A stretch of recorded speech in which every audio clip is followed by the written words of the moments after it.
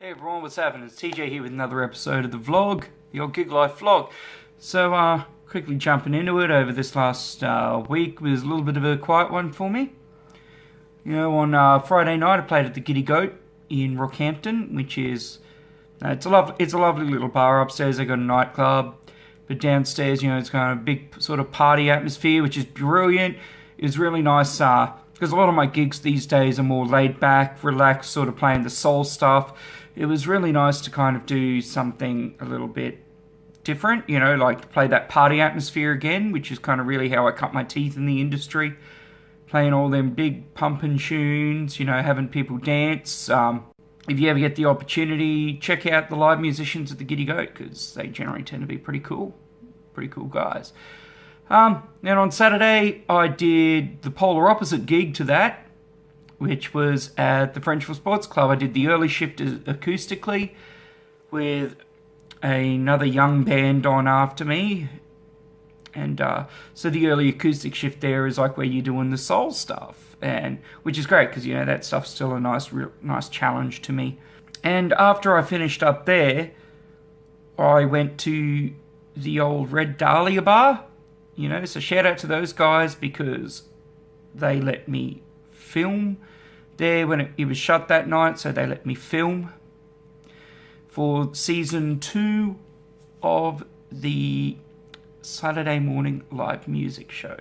So that's cool. I ended up singing and filming for about 6 hours.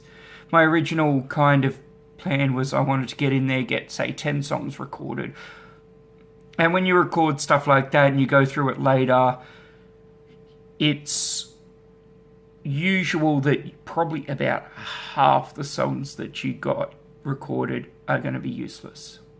So I was expecting to go in there, get 10 recorded, maybe 5 of them would be useful, maybe 5 of them I could use and release.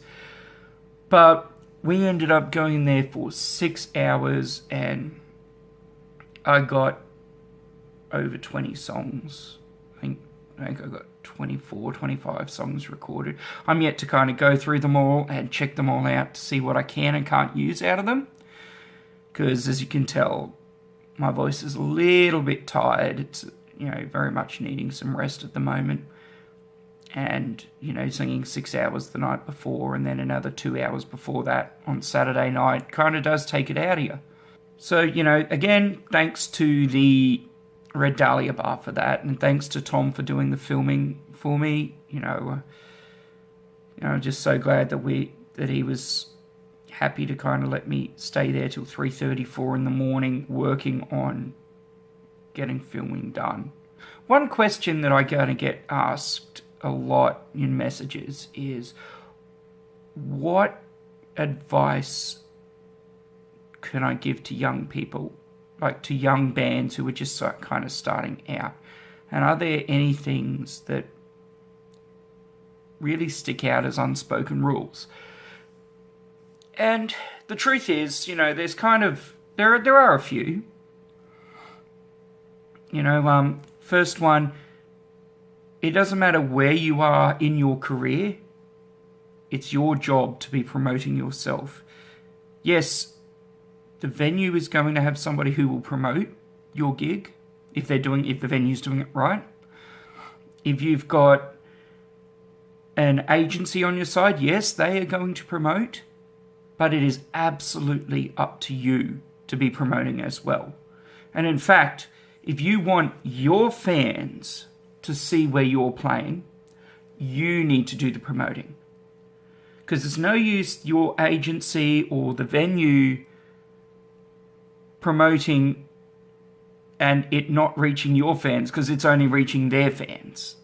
You know, so this is why cross promotion and synergy in social media is super important, right? So make sure you're tagging the agency, make sure you're tagging the venues.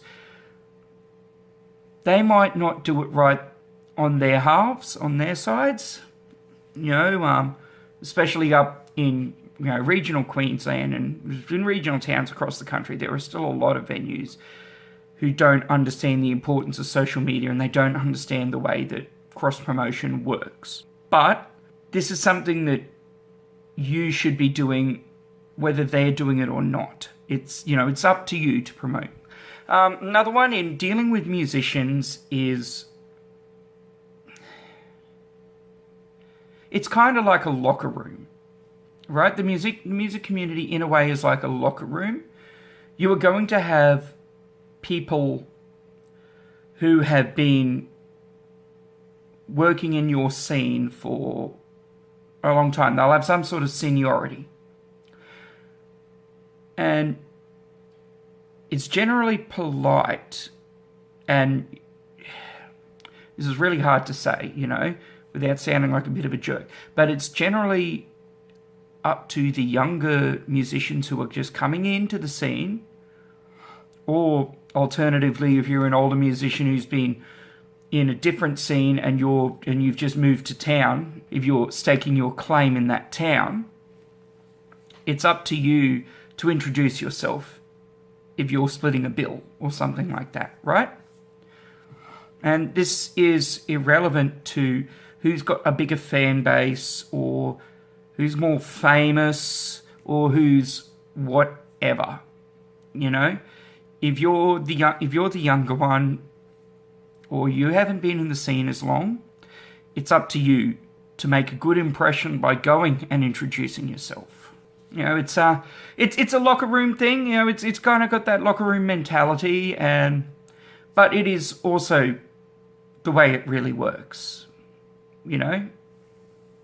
So that's a piece of advice. Again, to all those people who keep asking me. And plus, it's a way to network.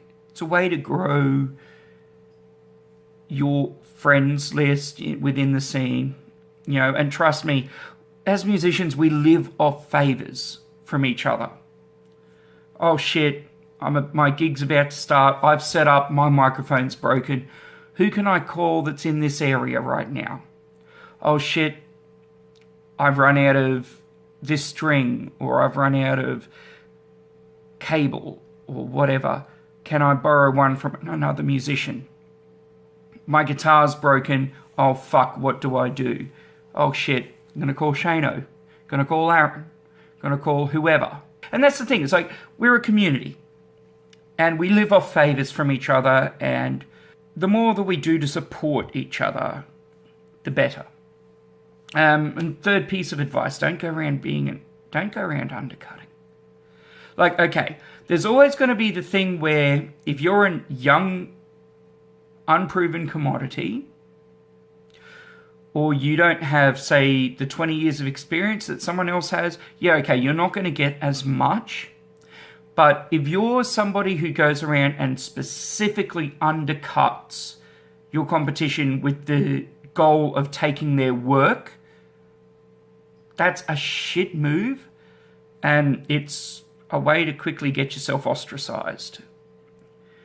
Because again, venues ask musos, hey, who do you think? What do you think about this musician? Venue managers say, hey, can you recommend other musicians? And if you're somebody who goes around purposely undercutting people, your name's never going to be brought up as in a positive light. And venue managers understand that, and they hear that. Because if you can't play along with your contemporaries, your peers, they're going to think, maybe they won't be able to play along with us. But anyway, so we're going to quickly get on to the album of the week, the recommendation. And this one, I actually can't believe I haven't spoken about this one yet. But this one is 2075 by a group called Stokeswood. I believe they're out of Atlanta. They're a really amazing band. They kind of got this sort of, this vibe, sort of like the band Fun.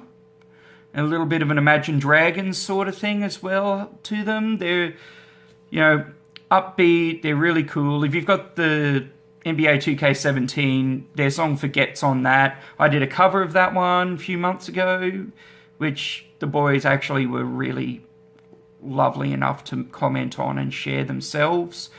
But that record's been well, it's been copping a flogging in my car again recently, and it's absolutely fantastic. I've always kind of said, like, there are 3 bands in particular that whenever I listen to them, I'm inspired to write music myself. And, you know, that's the Bare Naked Ladies, that's Stokes Wood, and that's Fall Out Boy. Because all 3 of those bands are doing very interesting things with their songwriting. So do yourself a favor, get that record, buy it on iTunes, or even if you're just listening to it on Spotify, play it, listen to it. It's a hell of a record. I'm probably going to be covering another one of their songs in season 3 because I didn't quite have it down to a way that I was happy with when I was recording for season 2 of the Sunday Morning Music. Anyway, that would be the computer. That's my ghetto light source just dying. So I'm going to leave you guys to it. And I hope you have a fantastic day. And I'll see you around very soon for more. Cheers.